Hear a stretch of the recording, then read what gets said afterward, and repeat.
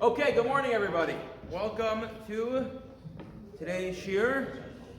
I'm very excited to begin this year's Sunday morning series. I don't know if you came for the Shiur or for breakfast. Don't tell me.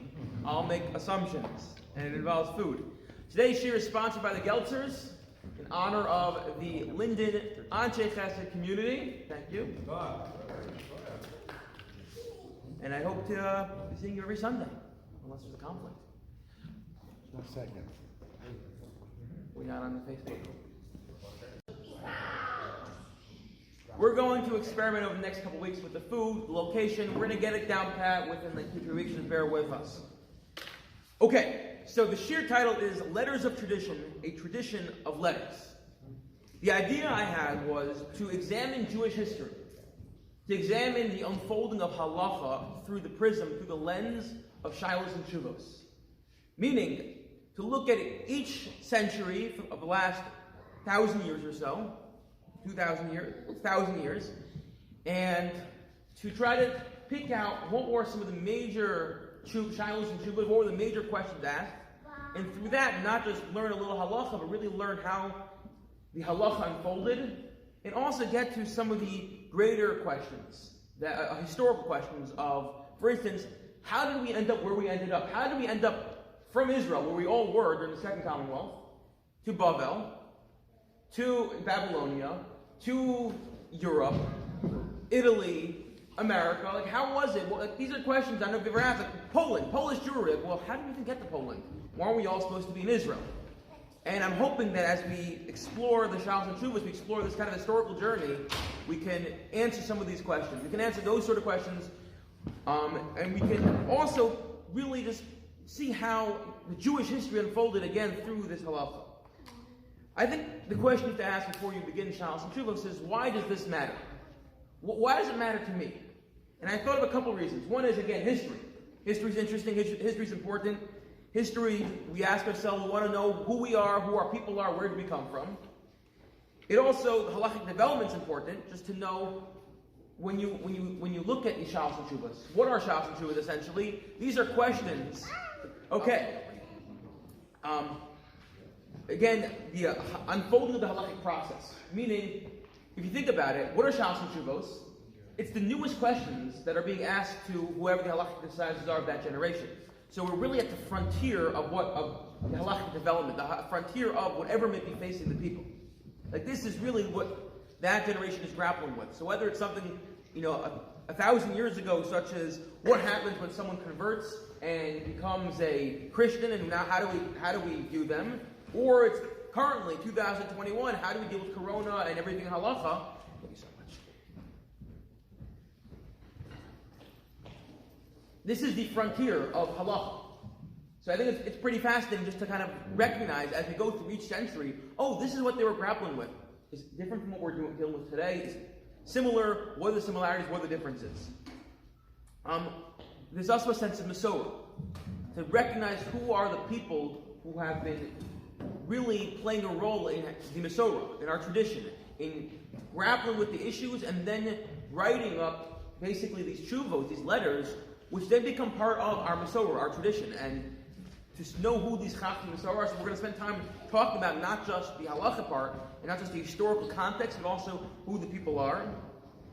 And lastly, and this is, I think, most relevant to us, to see perhaps the answers that may have been given 400 years ago may not help us today, because of whatever technological development, the processes that they went about looking at these new issues are very relevant today. The process for how they view this. Those are, again, these 4 ideas. And then I want to kind of, over the next couple minutes, unpack that, and then look at one test case of how this came through. Okay, and again, as normal, this is a back and forth, so feel free to ask questions, comment, argue. I'm open to all of it. On the historical front, so Dr. Graf, Dr. Chaim Soloveitchik, who I've introduced Yoel to, he's Rabbi Soloveitchik's son. He's a historian of note, a very intellectually impatient man, good way to put it. He has, he believes in his ideas, and anyone who disagrees, he does not exactly take kindly to. So he points out in a book, which I have not read, but I can't get a hold of it, but I read some of the reviews of it. He says one of the issues of using Shailos U'Teshuvos, of opening up, let's say, a Shailos U'Teshuvos of the Rashba, from Shlomo ben Aderet, and saying, okay, let's learn history. Because again, when you open up these Shailos U'Teshuvos, oftentimes, you start getting a sense of what were they dealing with then? How did they do business? Because again, in the last about 75 years, there's been a shift in history, in how we look at history, away from, okay, these are historical events, what took place, what transpired, to the social history. You look at current books about history, oftentimes they're more about the social history. How did they live the everyday life? How did they do business? How would the family structure look? What did the community look like? So when you turn to Shailos U'Teshuvos, that offers a wealth of information because people are asking all sorts of questions. Business questions. I have the following dispute with my neighbor. I have the following dispute with a non-Jew. That tells you a lot. Oh, wait, this is a society that did business. They did business with the surrounding non-Jews. Perhaps there's a question of business with someone who lived far away. Now you learn about the society, how they traveled. So you can look in the Shailos U'Teshuvos, you get the history.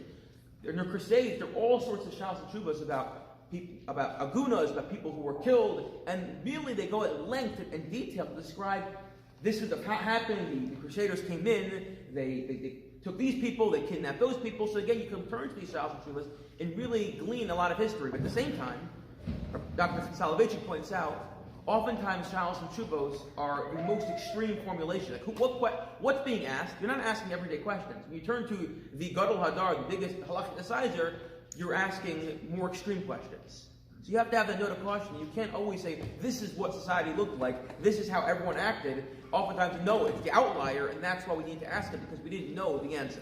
On that front, I think it's important to also recognize that because this is the newest frontier, this is what the newest thing we're dealing with, we could really learn about these technological developments. And more than that, I would say there's three sorts of developments that take place. There's developments in the sense of when something new happens, so it's technological. Sometimes it's medical. Something new happens, you want to know, can you use electricity on Shabbos? Stuff in the medical field. Kidney donations. And then also, there's just the more of whatever may be happening that people do not know how to deal with it, so you turn to the rabbi. And lastly, I think there's the Masorah component. The component of, these are the people who have contributed to the Masorah. These are the people the rabbis who really, and you start reading them, you recognize these aren't small people. Sometimes you wonder, how come I can't make a decision?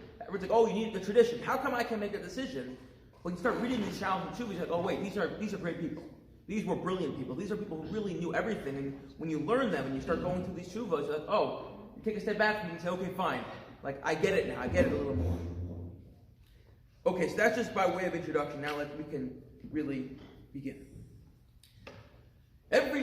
Any oral tradition, or any tradition that has a set body of work, and you stand for lawyer, he knows even in American law, you're going to have questions that are going to arise. You need to go to the experts, how to deal with them. So that's kind of how Shailos U'Teshuvos developed, but it's very interesting. Early Shailos U'Teshuvos, it's clear that those who were answering did not look at that Shailos U'Teshuvos as a separate genre. Meaning there was a Talmud, there were the codes, there were the people who explicated what was going on in the Talmud, but there was no separate genre for Shailos U'Teshuvos. These are questions and answers, and like if I were to, let's say, wanted to prepare halacha, I'd look in the Gemara, I'd look at perhaps some of the codes, I'd look at those who explain the Gemara, but I wouldn't look at the Shailos U'Teshuvos because they weren't looked at as a separate genre. It only happened in about year 1150, 1200, that suddenly you found a shift in the way the respondents started responding. That no longer was it just like a pithy response, yes, no, I think you could do X, Y, or Z, but rather it became like almost self-conscious, like, no, I realize that these are going to be letters that are not just to the person I'm addressing it to, but others are going to read it as well. So suddenly you started finding it no longer in the vernacular, but in Rabbinic Hebrew, again, making it accessible to everyone. The early Gaonim, oftentimes it was in their language. They started keeping records and copies. You ever wonder that? Like you open Igros Moshe, like, wait, how did they get all of them? If it was a letter addressed to someone else, why is it open to the masses? So it became, you started making a copy and distributing it to people around you. And lastly, it no longer was just yes, no, a short pithy answer, but it became these long essays. Long essays that basically said, okay, here's the question, Here is the earlier sources that may talk about it. Here's what the Gemara says, and now let's kind of test it, see if it actually worked, and we'll have our answer. So it became like a long form essay. That's what you start finding, which is kind of like, I think at least, some sort of recognition that this is a whole new genre. This is not just another a letter, but rather the genre of halacha. Okay, so what I'm hoping to do over the next couple months is to each week choose one Shailos U'Teshuvos, one tshuva, one from each century, and kind of look at it again in its historical context, look at who wrote it, and then see how it developed to today. So if you look at the first page of the Marmot Komos, I mean, I don't know if anybody's taken a look at it already, you can almost, if you start reading it, you can start seeing how history is unfolding within these Shailos U'Teshuvos. Look at the first one, 900, where Shiur go and he lived in Babylonia. About 100 years later, you have Rabbi Gershom, he's writing in Germany. Rashi is in France. The next one, community government, Rabbi Rutenberg in Worms. Interestingly, if you're asking a question about community government, what's that telling you about the society in which they're living? It's no longer about, I'm living in my society and there's, I'm being ruled, but it seems like there's some sort of level of autonomy. Look at 1328, use of the Code of Maimonides. That's Rabbi Asher, who started out in Germany, ended up in Spain. What do you see there already? Maimonides suddenly had not only written his code, but now they're starting to contend with it. Oh wait, is this a code that's going to surpass all codes that we have to now discuss where it's going to go? Look at 1408, Aristotle of the Talmud, revising the Rivash in Spain. So what do you see there? What do you think that's telling you about the society? They knew Aristotle. This is the golden age of Spain, which was not very golden, as we'll learn. They knew Aristotle. Look at a couple years later, the status of a nuisance, forced converts. What's that telling you? Within a short time, between 1408 and 1467, that things went south, and suddenly there are a lot of forced converts, and now we have to contend, well, what do we do with a forced convert? They want to come back. Do we say you have to do some sort of conversion? Do we say, why did you forcibly convert? Were you given the option to leave? So again, you really start to see, again, 1467, what happened in 1492? Spanish Inquisition. But 1391 already was the beginning of the Inquisition, and that's already when people started leaving. Look in 1446, restoring the Sanhedrin. What do we see for the first time? Rabbi Yaakov Be'Rab, Mary Be'Rab, he's in Yerushalayim. Restoring the Sanhedrin in Yerushalayim. He wants to know, can we restore the original over the course of about 400 years? And I thought it really gets to what it means to be part of the Masorah, part of a tradition that's a living tradition that we, in a way, Rabbi Soloveitchik always said that when he gave Shiur, it was as if the Rambam walked into the room, and the Rambam presented his side. And then the Ravid argued, and then the Rashba comes back and argues. So you can literally see that in this conversation that's going to take place. So, let us begin this. The Gemara in Sota has a rather, it's almost called a Gada Gemara. A Gemara which seems to have no import, no impact on the future. So this is on page number 2. If you're not labeled, but you can turn to page 2. Gemara in Sota says as follows.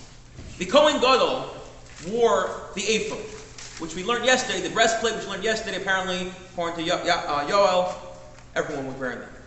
But, not the breastplate, the clothing. The clothing, okay, fine. The breastplate is actually eatwear. Okay, well that's for the next year question. The question the Gemara says is, here's the problem. The Torah tells us that you can't write, you're not allowed to write the names of each tribe on the breastplate, on each stone. It has to be put on there, but it can't be written. However, it also can't be chipped away. You can't etch it out. Because if you etch it out, then they're not going to be full stones.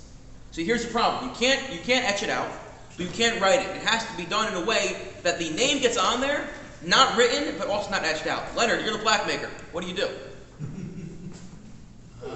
Well, you either repolish or you re-engrave.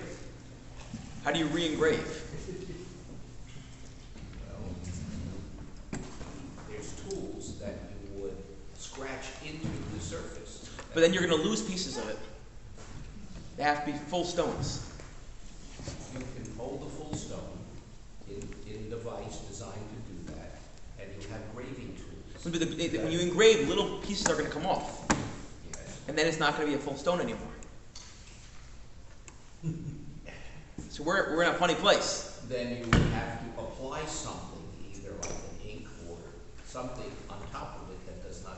But you can't write. It can't be. Torah says it can't be written. I have a solution. Yes. Put like a film over it, write on the film, let's say a piece of glass or something similar, write or etch on the glass and put it over on top of the stones. But it has to be written on the stone itself. Now you're writing on glass. Possible. So, Leonard, this is what you should have done, in your engraving business. Are you ready for this?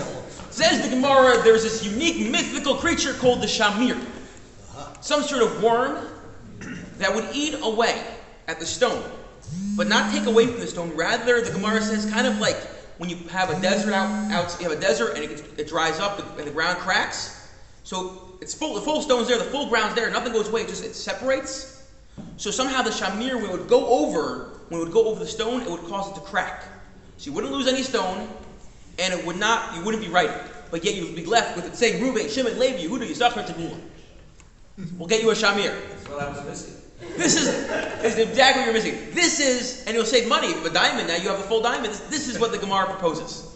Okay, when I read this Gemara the first time, I read it like, okay, cool. Maybe Slip can ask something on the Shamir. Sounds rather interesting, but like not that interesting. And I kind of put it away. And honestly, most of the commentators and most of the poskim put this away and didn't think about it probably. No one talks about it because like it's whatever, kind of strange. We don't really know what the Shamir is. Lots of interesting things happened when they built the Mishkan. Great, we'll put that and we'll use it for story time. However, what happened in 1440?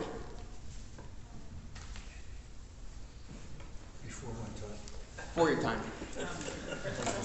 Printing press. Printing press was invented in 1440. So what happens? Suddenly you find an explosion in the literature, of the Jewish literature, of, well, what do we do with the printing press? What's the status of when I use a printing press? Is that like writing? Is that not like writing? Can I write a Sefer Torah using a printing press?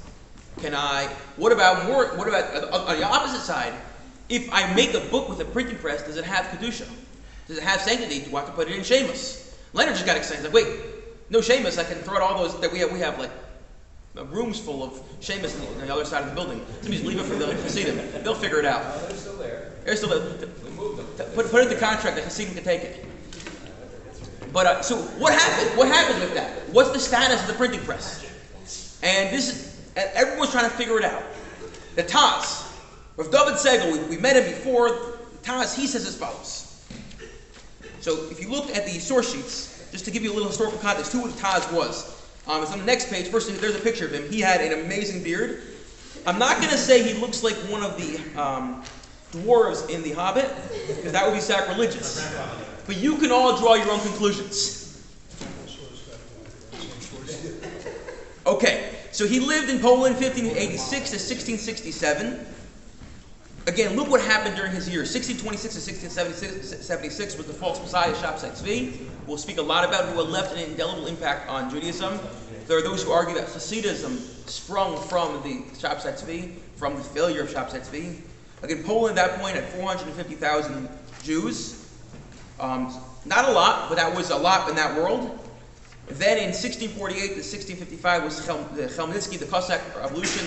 Zeres Tafatat with like 65,000 Jews dead. That was a seminal event in a negative way in the history of Polish Jewry. That really changed Polish Jewry. It was devastating Polish Jewry. So here's a man who lived through all that. You find earlier on he's dealing with Shabtai Tzvi. Later on he's dealing with Chmelnytsky. The Taz writes a commentary on the side of the Shulchan Aruch, David Levi Segel. And in it, he explains what's going on in the Shulchan Aruch. The Shulchan Aruch then says, so what's the status, just in general, of writing? Well, the Shulchan Aruch is telling you how you write a Sefer Torah. You have to do it lishma, with the right intentions. You have to write it by hand. Says the Taz, well, by hand, 1 minute, a couple years ago, from about 100 years ago, there was this invention called the printing press. What is the status of the printing press? It says the Taz as follows. Source number 3. He says, I want to know, is it considered etching or is it considered printing? Is it etching or is it printing? And he says, it must be that it's writing. It must be that it's writing. We don't have to read it inside just for time-wise. It must be that it's writing. It's considered writing. How do I know it's considered writing? This is what he says. Because if it was considered etching, if it was not writing but etching, so then why did Moshe Rabbeinu need the shamir? Here's a very simple solution. Moshe should have used a printing press. Because if you tell me a printing press is not writing, and we all know a printing press does not take away from the stone, you still have a full stone, so why go look for this one-off mythical shamir? Use a printing press. You didn't write, so you're good on that end. You didn't take away any stone, and now you have the names written beautifully on the stones. Must be the fact Moshe Rabbeinu did not use a printing press means it's considered writing, and you can't write on the ephod. Well, it's still ink now. But it's not. Well, no, that's why it's considered writing. No, the problem is writing by hand. If you find a way to write that's not by hand, So it wasn't the ink per se, it was the writing. yes. What do you think about that? What do you think about that? This is a task. Read it inside. Then Isa, the Maisa Hadfus, as the printing press, Hu Chakika, Kasha Manalon da Havilei Alidei Shamir. Why do you need the Shamir? Shu Davar Sheina Matzo. It's not common. Dilmahi Alidei Hadfus. He should have used a printing press. Ubadiyo and Dai, Kedefush Alonu, like our printing press. Venimsa Shapir Eskayim Psislei Chose. We found out he was able to fulfill the dictum of the pasuk that it's not etching it and it's not writing. Ela Barahu Demaisad was Mikri Ksiva. Must be that it's considered writing. Mamish Lo Chakika Klal, not Chakika. Come on, someone say something. I mean, I think it's obvious that he wasn't expecting Moshe to actually have a printing press. I think he's just using it as an argument to say that printing press is writing. No. He thinks he had a printing press because otherwise the argument wouldn't hold up. That seems like very illogical. Wolfgang? He has a magical creature Exactly. over Homer, a little printing press. Same argument with the laser printer. I mean, he could have used that too, right? He could have used a laser printer. He could have used a 3D printer. That would have been the best. What do you think, Leonard? Leonard has a skeptical look on his face. Okay, if you are wondering, I think he really meant it. I think it's the only way to. Otherwise, his whole proof would fall apart. So if you were like me, and you're probably scratching your head, like you should have used a laser printer. You should have used a 3D printer. What is the Taz talking about? And this is the beauty of Shailos U'Teshuvos. Look what happens. About 100 years later, this is a conversation. In 1702, we're now moving. We're traveling from Poland to Germany. You don't need a passport because it's all in the EU for now. They shook Chavas Yoyer of Yair Chaim Becker. He was in Worms. He died there. He was the chief rabbi there, I believe. And he says as follows. Now, if you look at the English is the wrong. When I was probably pasting the wrong thing there. But he says as follows. Source number 4. Yes, source number 4. He says, this tefus, this printing press, it's Chanish Bismanim, it was invented now. Makrif Tof Reish Shna Moshe Kosev Betzemach David Shnas Reish Ein Aleph Elef Hashishi Shaz Des Chanish. He says again, it was 1440. It was just developed. He says, and then we see how he goes. We see it only got to Venencia in the Shnas Elef Tov Chaf Ches. Okay, fine. He's going through the years, basically saying it's a very new invention. He says, comes along the Taz. He says, Ein Hochach Klum Mipnei Shelo Yad Lefnei Shin Shna Me'ein Hatvus. I don't understand you, Taz. Who ever heard of a printing press before 1440? Like, what are you talking about? You're giving me a proof. Oh, Moshe should use a printing press. Must be the fact he didn't use one is because he thought you wouldn't be Yotzei using a printing press. He's like, come on. Like, they didn't have printing presses. I don't know what you're talking about. And therefore he concludes, I happen to agree a printing press is considered writing, but your proof is terrible. That's not good proof. No, we know in Worms, we know in Germany, it doesn't work that way. So that's the Rabbi Chaim Bakrek in 1702 responding to the Taz, but it doesn't end there. Fast forward about almost 100 years again. The Knesset Yecheskel Katz Nellenboken, which is a name, if I had it, I would definitely change it. But he was a chief rabbi in Hamburg.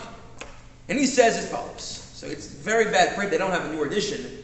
He starts off saying, Mechilas Kvodo, which means with all due respect. And we know when everyone says with all due respect, what do you got to do?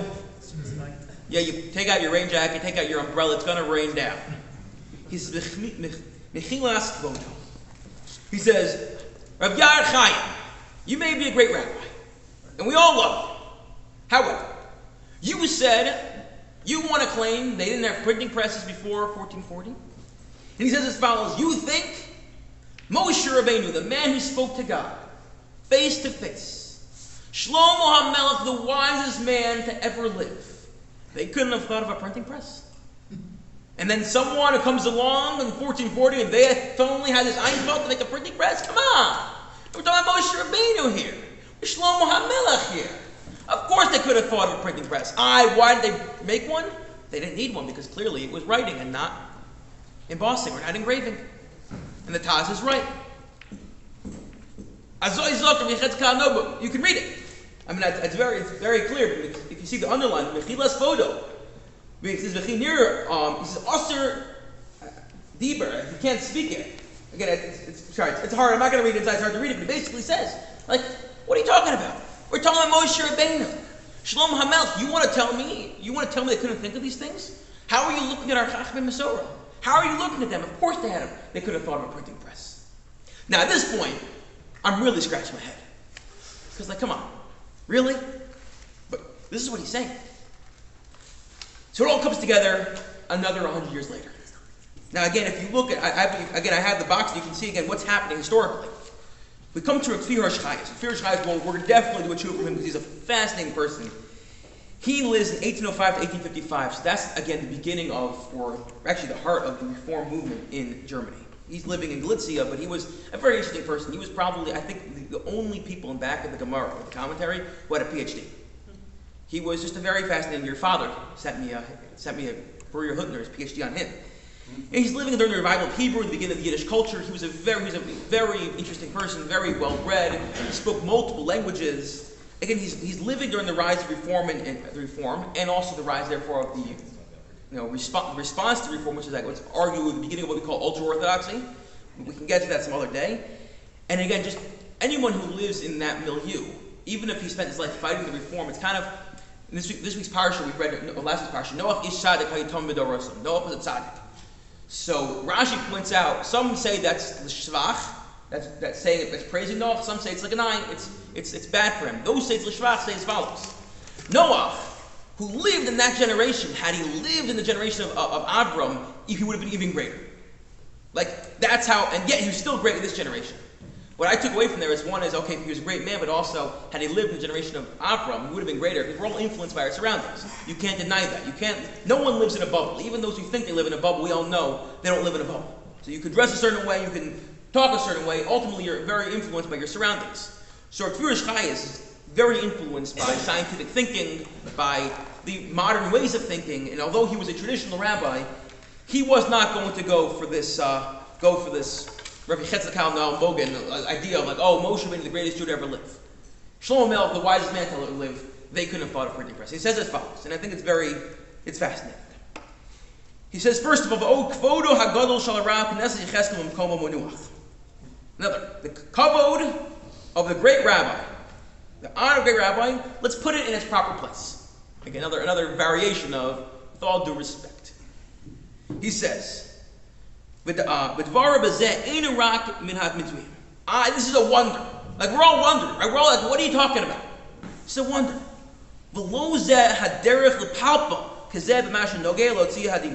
This is not the way. This is not the way that we deal with things. It's not the way we look at the world. There was no greater person in the history of our world than Moshe Rabbeinu. The greatest none. There is no wiser man than the great Shlomo HaMelech. Elo, Hashem Yisbarach, Hebit B'Ra Mirashis. But that's not the way of the world. The way the world works is as follows. As Kadosh Baruch Hu sees, there's an unfolding to history. There's an unfolding to history, he says. That we can't just jump from one era to the next and backwards. It's not the way it works. Hashem sees from the beginning. He put forth a historical process that's unfolding and developing. He says, and therefore, he says the way the world works is it goes in epochs, it goes in generations. That there are sometimes we develop tremendously, and there are sometimes maybe hundreds of years nothing happens. But it's all a slow development, a slow unfolding. So during the Middle Ages, not much happened, at least in his part of the world. Suddenly, to think about 1990, where we've become from 1990 to 2021, an explosion of where technologically, medically, even politically, the world looks like a different place. But that's the way of the world, he says, that things unfold in an orderly way, meaning you can't jump from one year to the next. So just because Moshe Rabbeinu was the greatest man to ever live, and Shlomo Melech was the wisest man to ever live, we're not saying they're any less because they couldn't think of the printing press. That's just not the way God created the world. It's not the way God created the world. And he ends up, and the bottom line is, I'll read it in English, there's nothing that does not have its time and place, and it's all in the will of God, planned out the generations from the very beginning. Says the Maratz Chias, Rav Tviras Chayes, that's just not the way of the world. History develops. It's all about the conversation. It's about the Taz saying one thing in his place, the response from the Chavas Yair in Germany, Rabbi Katz in Ellenbogen responding, no, it doesn't work that way, and the Tviras Chayes responding there.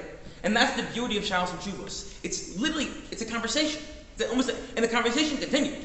It comes to literally now, what do you do with printers? How do you look at the way we print Sefer Torahs? What if you can think of a new way? This conversation did not end. It's literally continuing ad Yom Hazeh. And that's the beauty of Shailos U'Teshuvos. And I think lastly, the thing to take away from this is as follows. How do we approach halacha? Because sometimes the answers they gave back then aren't going to work now with whatever way we live, and that's okay. It doesn't take away from Rabbi Katz in Ellenbogen that he didn't have the answers for today. Because again, there's an unfolding to the history. What we can learn from there is the process. So my Rebbe, Rabbi J.J. Schachter, he taught this class in a seminar, and there was a journalist there who wrote this class up in the Atlantic. And he wrote as follows. Rav Schachter took us on a virtuistic whirlwind tour of these texts, demonstrating that Cairo, the Taz, and their successors became consumed by the question of what we might call the conditions of technological possibility. Why was there no printing press in the time of the patriarchs, or the sages of the Mishnah? Were there that great and wise man who talked with God, right? Think the Knesset Yechezkel, who could have invented the printing press had they thought it appropriate to do so, or God so instructed them? And was it not their failure to do so an indication that the printing press is to be shunned? Some thought so, but others said, no, not at all. The fact that these men were great sages who knew God did not mean they could overleap the state of their own age. Technology develops incrementally in any given culture, and even the wisest men of God have no power to escape these conditions. And then he says as follows, and this is where I think it gets to. The session was not concerned to answer a particular question, but to provide intellectual equipment, and the distinctive kind of intellectual equipment that can be gained by taking your own tradition very seriously.